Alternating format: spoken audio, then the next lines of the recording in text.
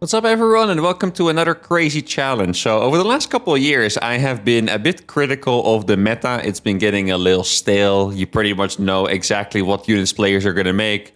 Protoss makes a lot of Stalkers and Oracles. Terran makes Marine Marauder and Medevac with some accessories. Zerg usually make Queens, Lings and Banelings with some accessories, and that's pretty much it. Now today I'm going to take my own unit compositions to the extreme by trying to be the Grandmaster by making every single unit. And I don't just want to make every unit once and have them stand in the corner and be useless. I'm going to try to give every single unit a place, make them extremely useful. This is going to be an absolutely crazy and chaotic game. Let's begin. Alright, so our opponent for this game is going to be Tengu, and Tengu is a way stronger Grandmaster than I had hoped for in this challenge, because he is ranked 23 on the NA server. I think he was about 5.3k MMR. Now, Grandmaster usually starts at 4.5, so when I do these challenges, I usually kind of hope that they're in the lower range so I have a better shot. But after a bunch of attempts, as you can imagine, this is not an easy challenge by any means, we ended up with an absolute banger against Tengu. Now, the first unit I have built is indeed the SCV. That is not going to be surprising to many of you. Now, like I said, I did a couple of attempts and I was really experimenting with a bunch of different builds. I think the first build that I tried was going for 2 or 3 ranks Reaper, so I could really get the Reaper involved. Like, the truth is, a Reaper is always useful as a scouting unit, but I kind of wanted to go a little bit beyond. Like, for example, in this challenge, you can make things a little easier by making a scouting Reaper, and just that, technically useful enough. Making one Cyclone, right, to scare away certain units. You know, it works, it's easy enough. But I really wanted to make every unit feel special and really, you know, bring this challenge to the maximum potential. So what I decided to do this game is go for just one barracks, but actually make multiple Reapers. So this is a strategy that people don't ever really do. And I didn't realize how cool it was until I executed it in this game. So what happens here is that the opponent's Overlord sees that I'm just making a normal expansion. There are no extra Reapers coming. But then you suddenly do have an extra Reaper. I was even playing around with the idea of hiding the 2 extra Reapers, because if you have 3 Reapers, you can 2-shot drones. So that's maybe a strategy I'll try for another time. Here I really just wanted to go across. And as you can see, we're getting so much damage on the Queen and Zerglings that it's already quite worth it. Now, I thought for this challenge to work, I would need to play a little more economical. Like, just imagine every single tech building you have to get. I also don't even know what upgrades I'm supposed to build. Like, do I get double engineering base, or double engineering base and double armories, or 1 and 1, or 1 and 2? I have no idea. But I do know for sure that everything is going to be hella expensive. So 3rd CC did seem like the right place to start. Now you're trying to get some extra damage done. His Zergling speed, I just saw it finish on the high ground. It did finish a little faster than I had hoped. Now, I didn't manage to actually kill that drone, but I can kill this drone now. I'm gonna go back around for a loop, and we're still gonna get that drone, which is perfect. Now, it's really hard to say how successful this build was. I feel like we forced a couple extra lings. We cost him some mining time. We killed 2 drones in the end. And it's probably good enough considering I played only 1 barracks with a 3rd CC opening. After this, we're gonna start up with some Hellions.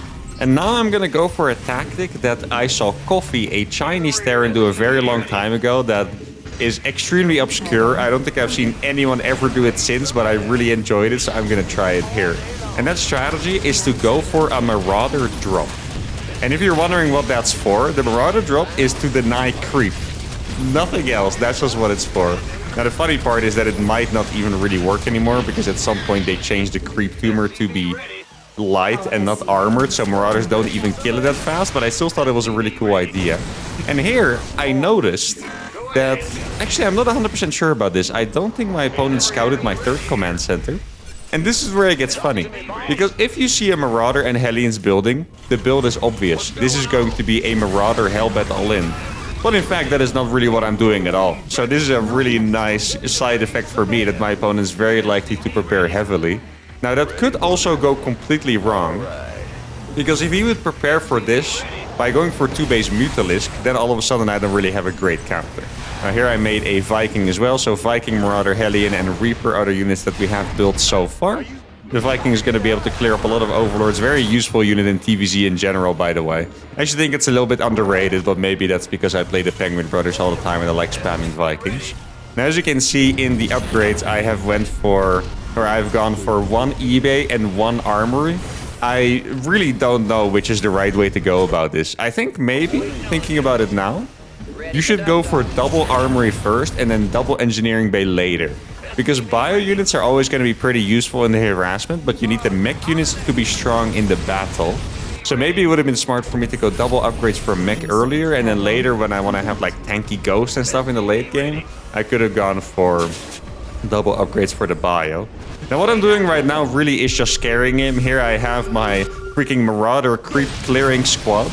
And this is when I got a little bit scared. Because what I saw there was that he only had like... Okay, now I saw a couple more Banelings, but initially I just saw like 5 Lings and 1 Baneling. So I thought it was gonna be Mutalist, because he had a Spine Crawler, he only had Queens, he hadn't spent any gas besides that Baneling that I saw. Later on I saw 6 Banelings, but it still looked a little suspicious to me. I scanned his main base, saw he had all the gases in his main base too. Now here I finally see a couple more units, so my suspicion definitely dropped a little bit here, but at this point I had already gone for the most obvious Mutalist counter. Making more starports, of course. Because why would I spam Marines when I have the possibility to go for Liberators or Vikings or stuff like that? So now my army composition is... excuse me. I have a Viking, Marine, Marauder, Hellbat, Tank. That is my army composition for now. And after this, I was gonna go for Vikings. But then since it didn't really seem like Mutas because the lair was only just building, I kind of was deciding whether I should go for Banshees first or go for Vikings first. I really wasn't quite sure. As you can tell, I landed one of my starports on the reactor and on the other one I made a tech lab. Like, I was really a little bit confused here.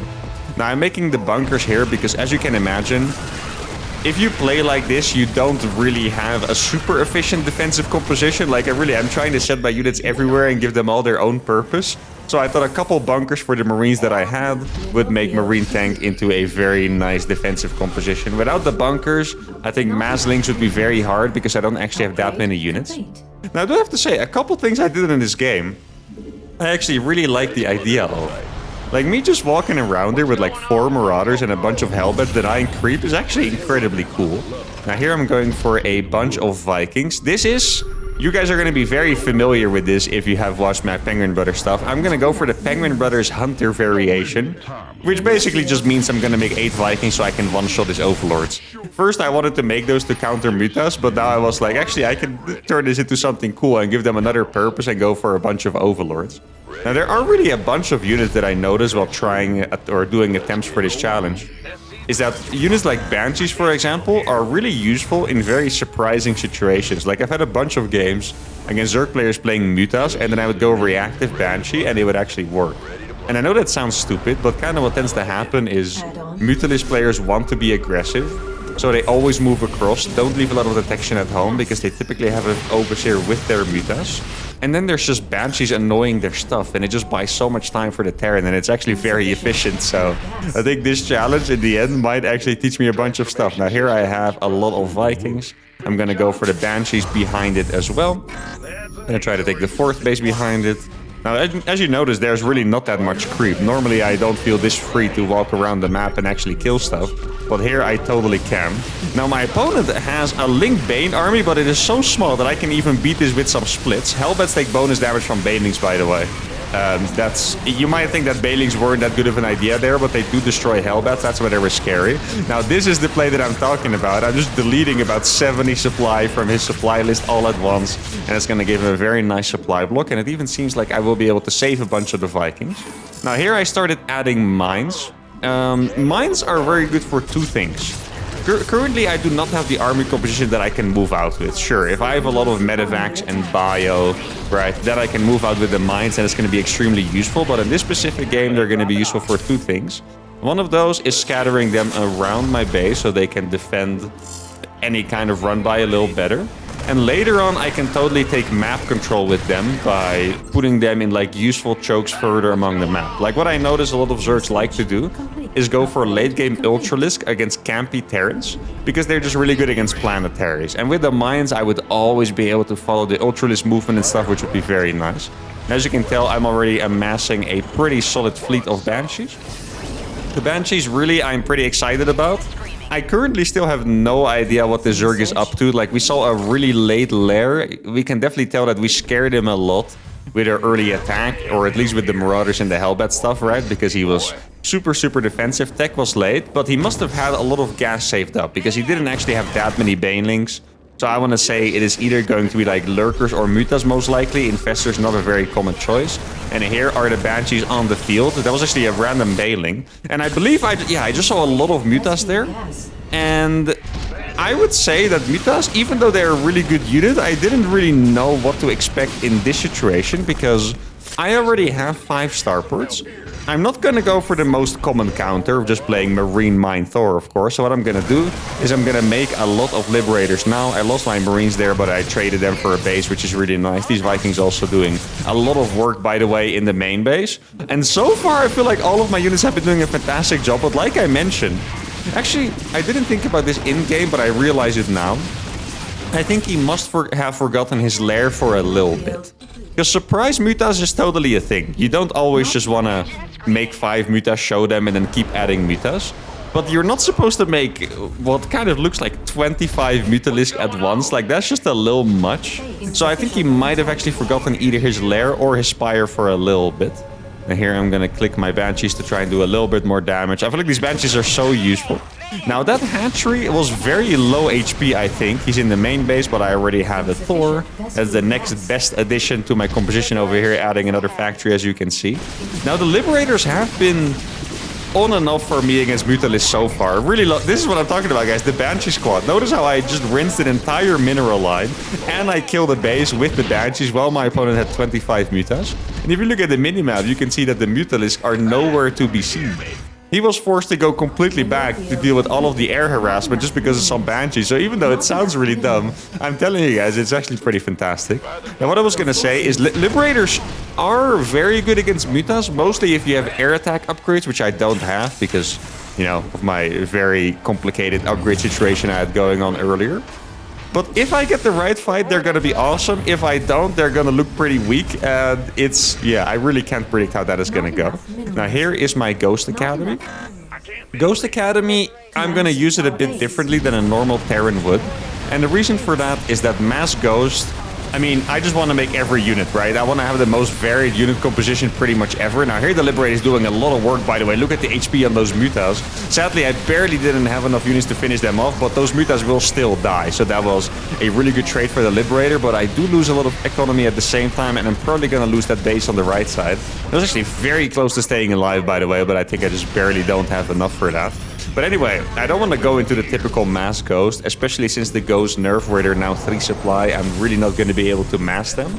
So instead, I'm going to be able to use them for nukes. And I can spoil you guys one thing, the nukes, they're going to be mesmerizing this game, okay? They're going to absolutely freaking pop off. I'm not going to say how many times, but just, you don't want to miss any of these nukes, guys, trust me. So that is the next step in my plan. I'm still making a lot of Liberators. And now I think I need to start working on something that's better harassment. The Banshees did their job. At this point, it's probably not the best idea to go for Banshees anymore. Like, you would have to imagine that he's already made like a bunch of Spore Crawlers in each base. You might even have like Overseers going around, probably has Overlord speed as well, making Overseers super fast. So we're gonna need something a little different. So I made a couple Cyclones as well. These Cyclones are just gonna be good against any air unit. And more than anything else, they're gonna be good against Corruptors. Now, we haven't seen any Corruptors yet. Also going to be pretty good against Ultralisk, by the way. But it would make sense if he would make Corruptors against my Liberators. Because Liberators, their anti-air attack is not really that strong. It just does splash damage. Mutas bunch up like crazy, so Liberators can counter them. But just like a handful of Corruptors are really going to make it a nightmare for my Liberators to move out in any capacity. So for that reason, I'm going to get the Cyclones. Like I said, they're also going to be good against the Ultras. We haven't seen those yet. My opponent Zerg is playing in a way that Lair Zergs tend to play. Like, notice how he's only just making a lot of Lair Tech units, so I'm not even sure if he's the kind of Zerg to go for any kind of late game composition. I don't know if there are going to be Ultras or Brute Lords or Infestors or Vipers. I have no freaking idea. He could just be a pure Lair Tech Zerg. Here I'm going to try to enhance my upgrades a little bit. I got my Ravens. What I was very excited with... Oh, look at those nukes. First one, 19 kills. Second one, also 19 kills, I believe. And Trust me, guys, that was just the beginning, okay? If I say that about 2 ghosts getting 38 kills, you know it's about to be freaking epic. But anyway, I'm very excited that the ravens here are going to be really useful. So before, if you make ravens in the late game against Zerg, they're going to be useful for one thing, and that's pretty much detecting, right? Like you can see lurkers in particular, and that's pretty much going to be it. But Raven anti-armor missiles are going to be super good with the Liberator splash damage. Like these ravens, even if it's just 1 or 2, are going to make my army so much better against any air unit. I don't think it's going to matter too much against the ground. Like I don't have too much DPS density against the ground. Like I have a couple Marines and a couple Cyclones, but yeah, I mean, I really don't think that anti-armor missiling the ground units is going to be super useful there. And my ground army is struggling here a little bit. I actually did manage to kill most of the Balings there, which is fine for me. I only lost about 20 supply there for that entire army, which is really not so bad, especially after I killed that entire economy. Now, this is kind of how it starts against Zerg, so I want to be very careful here. What does tend to happen against Zerg is that you're like, okay, I defended this pretty well, it's fine. Okay, second and third attack, also defended pretty well, I'm fine. Fourth attack, I defended, actually I'm poor. You know, you don't have any money left, you weren't able to get your 5th base, and all of a sudden you didn't have anything anymore. I also started making battle cruisers. I think battlecruisers are going to be a really good addition. And here the Liberators are going to pop off. Also got the anti-armor missile. He is going to be able to escape. Luckily for me at the battlecruisers. But those widow mines that I planted there earlier in the main mineral line, or well, the main gas line, I should say, actually killed like 10 or 8 or whatever mutas there. So that is pretty awesome. Now this base actually looks like it's barely going to die, surprisingly. I didn't think it was going to die. I guess I didn't have the opportunity yet to go for building armor. Now, the thing about Zergs doing this is that you usually want to be careful about how many command centers the Terran has. Like in this case, I had a command center ready to go pretty much right next to it. But I do need to get back to my previous point a little bit and say that I don't have that many command centers left that I can use. So if I'm going to keep losing them, that's going to be a little bit of trouble. Now, I decided to move out here for the first time in a while. My opponent was making a very defensive composition, very aggressive composition. I was making a defensive one. So for a while, I didn't really want to go across. But now he wasted a lot of units trying to kill my base. And my plan here was to just destroy his eco a little bit before he gets his army back up. Now, I think we saw 1 Ultra there, we saw a bunch of Corruptors, and we saw some Mutalisks. So now we know that we do have to back off, but I did manage to kill pretty much 2 bases worth of economy already, which is really nice. Now, that sadly is not a planetary for me. I kind of thought I already morphed it into a planetary, but I didn't. Now I have the Liberators against the Ultralisk here, so this should be okay. He has a bunch of Corruptors, but I have the anti-armor missile. I even have Ghost to snipe them with. Anti-armor missile also very, very good with BCs. Now this fight is as chaotic as you would have expected from a challenge like this. There's like 1 Ghost coming in to snipe anti-armor missile from the 1 Raven for the freaking Liberators coming from downtown, and the battlecruisers that are there cloaking the Ghost to escape it. 5 Widowmine flank coming in to flank the Ultras and burrow them there. And yeah, I mean, that was just an average uThermal fight, to be honest. And we are going to be able to clean up the Ultralisk. Now, if you look at the map, it is really hard to predict what the situation of this game is. I feel like I've been trading all right, but at the same time, I was never able to get a 5th base. I know we killed a lot of workers, but if we look at the minimap, my opponent has 8 bases. And you have to imagine that he at least mined a little more than me. This nuke is, well, at least going to kill the spores. I'm not sure about the drones. Looks like it's going to kill the drones as well. That is another 12 kills on that freaking Ghost. I like how I'm just doing this with 2 Ghost Academies, by the way. If you guys have watched my Ghost plays before, you'll know that I usually build freaking 10 Ghost Academies sometimes and just spam nukes until either I have no money left or my opponent resigns out of frustration. Now, it looks like we're finally going to be able to get this 5th base up, which is extremely necessary. Now, one of the big benefits of playing as Zerg is that you can rebuild your economy very, very fast. So, even though I've been killing a lot of drones, it wouldn't surprise me if he has just rebuilt all those drones instantly already. Now, this was actually a pretty cool move. I clicked this Ghost in his army on accident, and I just decided to use that move to my advantage. So I'm pretty much pretending that the nuke is going to be coming from that Ghost, and I'm going to nuke 2 other locations at the same time. And judging by this guy's track record, those nukes are very likely to at least do a little bit of damage. Now, my armor looks pretty funky here. I still have... Is that the 1 medevac I made in the early game that I still have? I have 2 Ravens, 10 Liberators, 4 Thors, some Vikings, and some BCs. Now, this Ghost got 4 kills, so that one didn't pop off. This Ghost, of course, it did. 34 kills on that Ghost currently. I did also notice that I made 2 sensor towers right next to each other, by the way. You probably realized that a long time ago already. I just saw how weird the rings actually looked on the mini-map there. Now, at this point, the composition gets a little more difficult to decide. I feel like Thors are maybe the smartest unit to build because Thors are going to be pretty good against Ultras and against Brute Lords. Especially since my opponent has not shown any signs of making spellcasters whatsoever, Thors should be pretty good. I guess a pretty good rule for Terran mech players is that if your opponent likes spellcasters, you're going to need a more specific response, like you might have to go for, let's say, Liberator range plus Ghost Snipes. If they don't make spellcasters, you can pretty much just make big units like VCs and Thors, because they get countered by neural parasites, abducts, parasitic bombs, stuff like that. Now I managed to hide that Ghost. Just to give you guys a little tip, because I know there's a lot of people that don't notice, there's a button on the Ghost, which by default is hotkey on F, that just holds fire. So if you want to make sure that your Ghost doesn't attack mineral lines, you can just do it that way. Now this is a pretty crazy fight. Anti-armor missile goes down, Yamato's goes down. That base fully dies, by the way, to the nuke over there, which is awesome. If you look at the minimap on the bottom side, it looks like the drones have all died to that nuke as well. And now we're going to be able to deny a little bit more of his economy, which is nice. That Ghost might even kill that hatchery. Ghost auto attack damage is pretty laughable, by the way. It's like 10. If it's not against light, then it attacks pretty slow. It's like a really weak marine, basically. So it would have been very funny if that base died, but it barely didn't. And perhaps most importantly, I kept my base alive over here. And I know it sounds funny to say most importantly, because I just killed 3 bases worth of economy pretty much, including 2 hatcheries. But I only have 1 base mining. I know my opponent probably still has 2.5 bases mining at least, because even though I killed a lot of his workers, that does mean that his base is not mining out, so we need to keep that in mind. Now here I'm gonna bring the Hellion back in play. That Ghost might have actually not been spotted. I mean, he definitely saw it, but I'm not sure if he was paying attention, that's what I'm trying to say.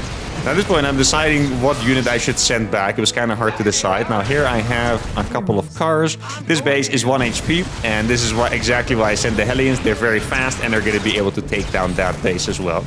Now, I really think I need to go for a 3rd base. It's just...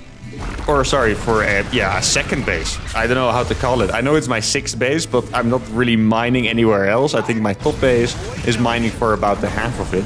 Now, this is a lot of Corruptors, an absolutely insane amount of Corruptors. So, that is a little scary for my BCs and Liberators. Do I have a Raven? I think I might actually not have a Raven here. I was really set on rebuilding a Raven every single time I got the opportunity, just because they're going to be so good. Now, the Liberators here are going to do a fantastic job. I'm Yamatoing. Now, pay attention to this. His Corruptors are attacking my BCs, giving my Liberators more free reign. So those Liberators were actually able to shoot a lot. The Thors come back just in time. They take care of a lot of the Corruptors. We are, however, down to a pretty small economy combined with just 150 supply. Now, I got a couple ghosts here. I decided to bring my Thors forward. Maybe I could cash them, but apparently, you know, he was just a little bit too good for that, sadly. I'm going to try to spend repairs. Repairing units cost about 25%, I believe, of the unit production cost. So if you can repair, it's always worth it. It's one of those tips that is going to help out a lot in those 1v7 insane AI challenges, you know, because you need to be as efficient as humanly possible, and repair is a very big part of that. If you can repair a unit instead of making another one, that's extremely valuable. Now it's time for me to send another couple ghosts. And now I noticed something specific about him, is that he kept an Overseer. Actually, yeah, I was just gonna say, he kept an Overseer with Mutalis on this bottom side all the time. So if I want to nuke here again, I should probably, you know, avoid those somehow. I don't know how to do this, because at this point I kind of imagine he has Overseers everywhere, ready to see every choke. Now this nuke is going to land. I feel like this happened pretty often, that he actually... Okay, look at this. This is going to be very funny. I decided to hide this ghost, but I didn't know where. So I hide in his mineral line. I thought that was pretty creative and pretty funny by me. But what I was going to say is that it happened a decent amount, that he actually saw the nuke, but he saw it just too late. Like, he run his drones away, but they would still die, unfortunately for him. This is what I mentioned earlier with the Widowmine map control. I'm just trying to move it forward a little bit. I don't have that many Widowmines anymore. He killed a lot of them with his Ling Bane run-bys over time. Now here I'm just gonna nuke this base. This is a suicide nuke, because the nuke is in the mineral line, but I felt like that was such a good hiding spot. He was probably not gonna see it. I also really love that I can nuke that base from the high ground, by the way. That is so nice to do. He did see that, unfortunately, so that ghost is indeed gonna die. Looking at the minimap, I might have killed a couple Zerglings there, I'm not sure. Now I just saw his Mutalis retreat from this part. He's attacking my command center with his corruptors, but my Thors are close. Anti-armor missile is going to help here a lot as well. And it seems like he's not paying attention. He's going for the CC, but he's losing so many corruptors for this. And he also wasn't paying attention because of all the nukes on the other side. And those Thors absolutely slaughtered those corruptors. Now, I'm not quite sure how important the corruptors are at this point because I don't actually have that many air units anymore. But I guess my liberators are going to be a lot more useful. Now, I'm going to try to get this base, but you always want to be extremely careful against Zerg, especially when you're on creep. Zerg units are so freaking fast that you do not want to be caught off creep. Now, I had so many liberators and I killed the corruptors that I thought I could probably just go for a little siege over here. I hope I killed enough of that creep. Let's see, this base is going to die pretty fast. Now, this is going to be a really cool move. This is a move that I've actually trained against the AI because the AI doesn't respond to nukes. I saw his mutas were there.